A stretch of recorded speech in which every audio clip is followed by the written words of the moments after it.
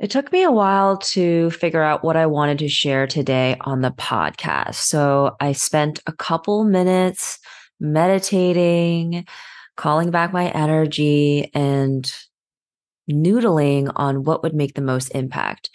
And for those who answered the survey to enter the giveaway last week, I believe it was last week, can't believe it was just a week ago. I was looking at the responses, and a lot of people had said that they want to do something creative, but they're worried about money. They have a safe job, a stable career, and they're looking for something more, but they don't know what it is. And if we don't know what it is, we tend to do the same thing because we're like, well, we have bills to pay, and this is what I'm familiar with now, and that's it.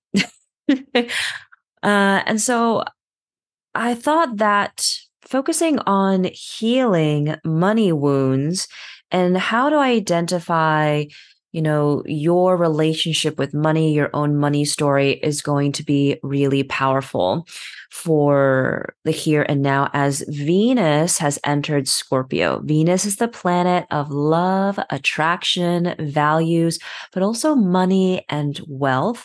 It is from, let's say, a business owner perspective, your magnetism, the best ways for you to sell, to market, and things that people naturally come to you that they want to buy. And if you are looking for someone else, you can also translate the planet Venus as to, what do people come to me for? What is something that I'm naturally good at, but I might have no idea? It's kind of like a hidden talent, because it's so natural to you. It isn't obvious that it's something that not everyone is good at. And with Venus being in Scorpio, it brings up a lot of the lessons that we have been learning the last 2 years as the lunar nodes have been in Taurus and Scorpio, North Node and South Node, respectively. And with Venus in Scorpio, it's bringing up some of these lessons around empowerment, around resources, around money, magnetism, feeling empowered, feeling powerful, and gives us time to integrate what we've been learning these last few years. And with Venus in Scorpio, you will see that there is a natural inclination to be drawn to the areas that are Scorpio in your birth chart. So go look at your free career astrology report, or you can go to any astrology app. If you need your report, go to yoursaturn.com, also linked in the show notes. And I want you to see the chart properties, go to the chart properties and see if you have a lot of Scorpio or if you have a lot of number eights in your chart. And also, if your Venus is in Scorpio, then you are really being activated right now. So for those who have planets in Scorpio, they have a lot of planets in the eighth house. So you see a lot of the word Scorpio, you see a lot of number eights in your chart properties, in your birth chart.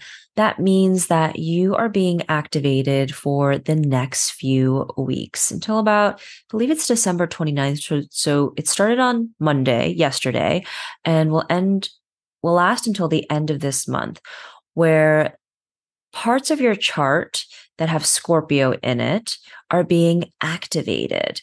And it gives you an opportunity to reflect on all the things that you've learned these last 2 years in the people, the places, the jobs, the opportunities that have left you felt powerless and disempowered.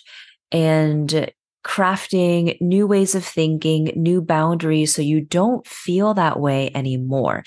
And really taking time to reflect on how do I kind of fix some of these wounds within me around money, around asking for help and using other people's resources that are available to me, but I feel kind of weird asking for help, asking for money, asking for, expertise, knowledge that someone has. So these are all themes that we're all going to be focused on. And for those who have a lot of Scorpio placements, a lot of eighth house placements, this is going to be really magnified for you. Now, it's not going to feel like what it felt 2 years ago. It's going to be much more reflective. And also, side note, dating wise, it is going to be a spicy time. With Venus and Scorpio, there is a lot of sexual energy that is activated as well. And so during this time, you might find yourself feeling more sexually activated, wanting to date more, feeling a magnetic quality to yourself. It is also a sign that can be aloof at times. So, be aware of how that shows up within you and with others as well. And this is a time that when healing is going to be a focus as well, kind of looking at our shadow selves and figuring out, what truths have I been ignoring? And how can I embrace some of these uncomfortable truths? Also a great time for dating. It might feel a little volatile, but know that across the board in relationships, there'll be a heightened sense of intimacy, desire for intimacy, and emotional vulnerability. So we're going to be exploring kind of how we can be more vulnerable, how we can share more of ourselves in our most intimate relationships. So side note there. Okay. So back to healing money wounds. So if you have that Scorpio, you have that eighth house very present in your birth chart, there is a reflection time right now to review what's happened in the last few years. And something that I've learned regarding money mindset and healing unhealthy relationship dynamics with money is really looking at your relationship with the mother figure in your life. So my North Node is in the second house that is ruled by Taurus around money, risk, and stability. And my South Node is in the eighth house, which is ruled by Scorpio. So in this lifetime, I am constantly learning lessons around worthiness, around how to manage risk, about feeling comfortable with change, and really being more comfortable with how I can feel more empowered from within on moving from survival to thrive mode. And so I'm very familiar with the topic of money, of feeling a scarcity mindset, how to step into abundance mindset, and kind of everything in between. And what I've realized is when we start to heal the relationship that we have with the mother figures in our lives. Now, you may have a really good relationship with your mother.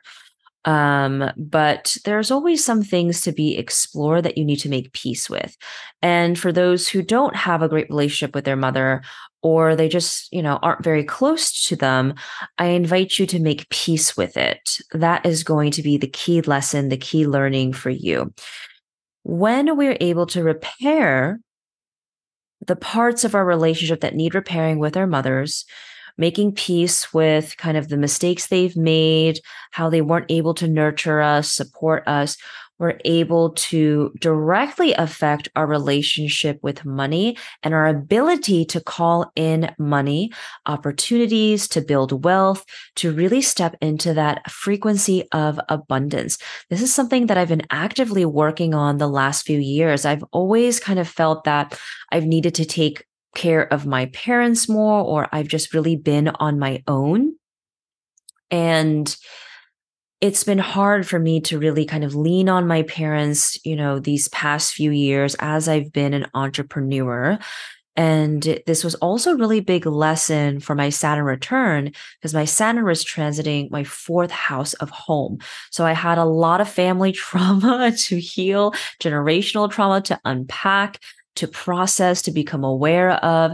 And after my Saturn return, I started this current business and I started to understand and allow my parents to really help me in ways that I feel like they couldn't.